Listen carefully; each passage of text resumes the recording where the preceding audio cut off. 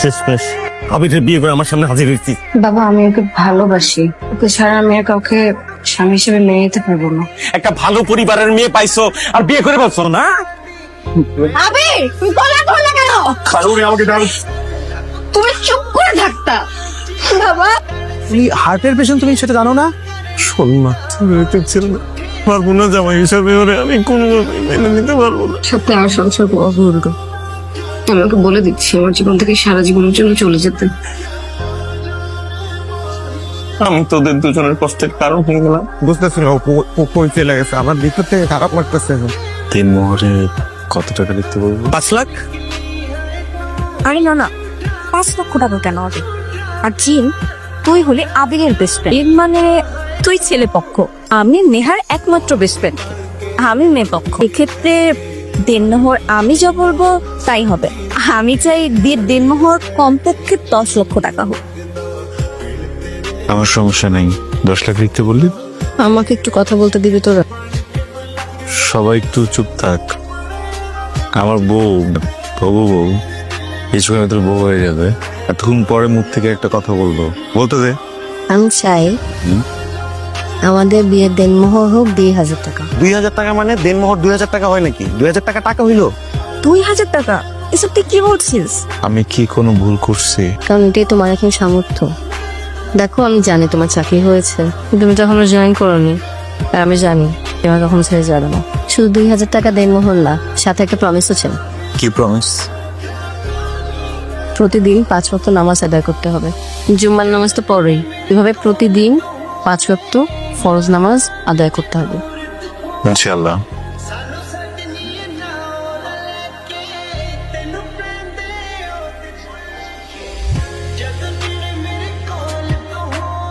কি ব্যাপার, বিয়ে তো হলো, হাত ধরছ না কেন?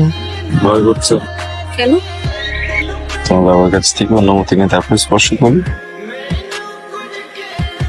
তোর মা মারা গেছে, তোর কারণে আমি আর বিয়ে করি নাই, আর তুই শেষমেশ আবিরের বিয়ে করে আমার সামনে হাজির হয়েছি। বাবা আমি ওকে ভালোবাসি, ওকে ছাড়া আমি আর কাউকে হিসেবে মেনে নিতে পারবো না।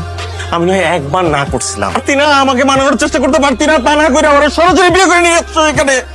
যা হওয়ার তা তো হয়ে গেছে। আমার তো ইচ্ছা ছিল যে তোর বিয়াতে আমি ধুমধাম করে সবাই ইনভাইট করব, একটা সামাজিকতা মেনটেন করব। উত্তেজিত হবেন না। কি বলো তুমি? ওই সব তো এতিমখানায় মানুষ।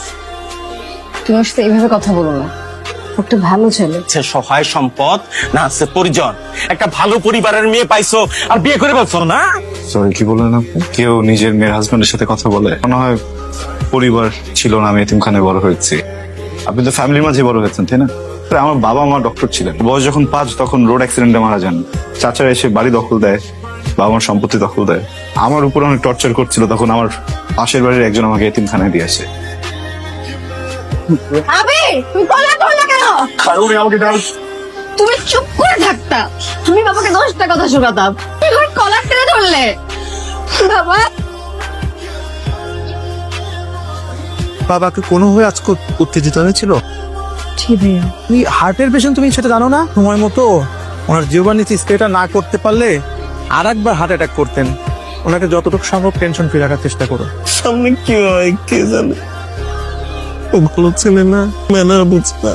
ও যদি এই বাড়িতে থাকে আমি বাঁচি না মরি আল্লাহ জানে। আমি কখনো তোর কাছে কিছু চাই নাই রে মা। তোর শুনে ছিল না, মেনে নিতে পারবো না জামাই হিসাবে ওরে আমি কোনোভাবে মেনে নিতে পারবো না। ও যেটা করছি এরপরে আমি সাথে আর সংসার করা ভুল। আমি ওকে বলে দিচ্ছি আমার জীবন থেকে সারা জীবনের জন্য চলে যেতে।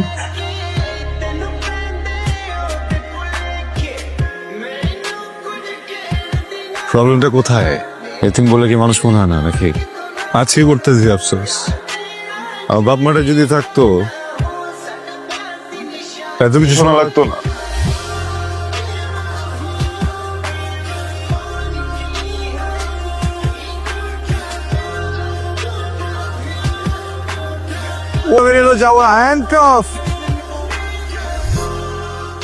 আপনি তো অনেক ভালো স্টুডেন্ট, ভালো একটা ভার্সিটিতে পড়াশোনা করছেন, তো অনেক ভালো চাকরি করেন, তো কি কি অবস্থা আপনার? কি দশা? পিছিয়ে বোধহয় পড়ে গেছে। প্রশ্ন করবো করেন। আপনি জীবনে কাউকে ভালোবেসে কষ্ট পেয়েছি, অনেক অনেক বেশি কষ্ট পেয়েছি। আমি যাকে ভালোবাসতাম, আমার প্রেমিকা, তার সাথে আমার বিয়ের ডেট ফিক্স হয়ে গেছিল, সে আমাকে ছেড়ে অন্য আরেকজনের হাত ধরে চলে গেছিল। কিন্তু আমি আপনার মতো পাগলামি করিনি, আমি নিজেকে ওভারকাম করে নিয়েছি। এখন আমার পজিশন দেখেন, আমার প্রেমিকা আমাকে দেখে এখন জেলাস ফিল করে। আপনি কি করছেন? জীবনে কষ্ট এটাই প্রথম এবং শেষ না, বহুত কষ্ট আসবে, বারবার কষ্ট আসবে, ওভারকাম করতে হবে। আপনি তো শিক্ষিত ছেলে, আপনার চোখ দুটো বলে আপনি তীক্ষ্ণ তীক্ষ্ণ বুদ্ধির অধিকারী, কাম করতে পারবেন। আপনি চেষ্টা করেন, আপনি ভেঙে পড়ছেন কেন? ভেঙে পড়ে আপনার ভালোবাসা আবারও আসবে, জীবনে পিছলে পড়বেন। ভালোবাসা না হলে জীবনে অন্য কোনো সমস্যা আসবে, আবারও পিছলে পড়বে, তাই বলে ভেঙে যাবেন? যান নিজে বোঝান।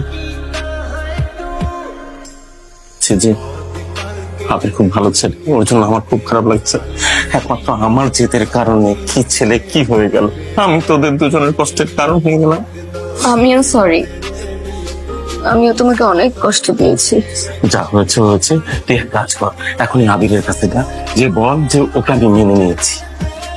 আমার জামাইকে তুই ঘরে নিয়ে আয়, মা যা যা।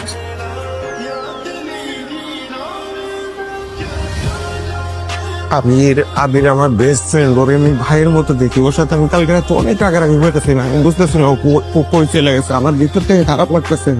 আমি ভাবতেছি কোনো ক্ষতি না হয়ে যায়। আমি কিচ্ছু বুঝতেছি না, তুই আমার বোঝা, আমার ভালো লাগতেছে না।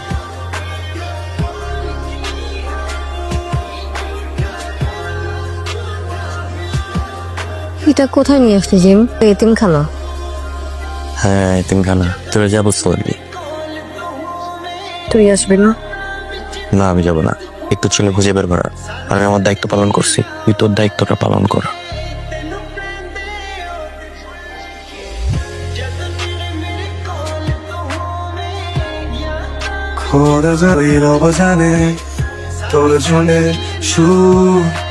কাউকে না বলে এখানে চলে এলে যে? হৃদয়ের ক্ষত শুকাতে এসেছিলাম। 2 মাস হলো এখানে থাকি, বাচ্চাদের পড়াই, ওদের সাথে খেলি। বাবা তো সব মেনে নিল। ও, অবাক হলে না কেন? তোমার মনে আছে আমাদের দিনমোহরে কি ছিল? 2000 টাকা আর একটা ওয়াদা। তোমাকে আমি ওয়াদা করেছিলাম প্রত্যেক দিন 5 ওয়াক্ত নামাজ আদায় করব। যখন অনেক একা একা লাগে নামাজ পড়ি, কিন্তু একবার যদি কাউকে ভালোবেসে ফেলি, ওই ভালোবেসে কখনো ভুলতে পারি না।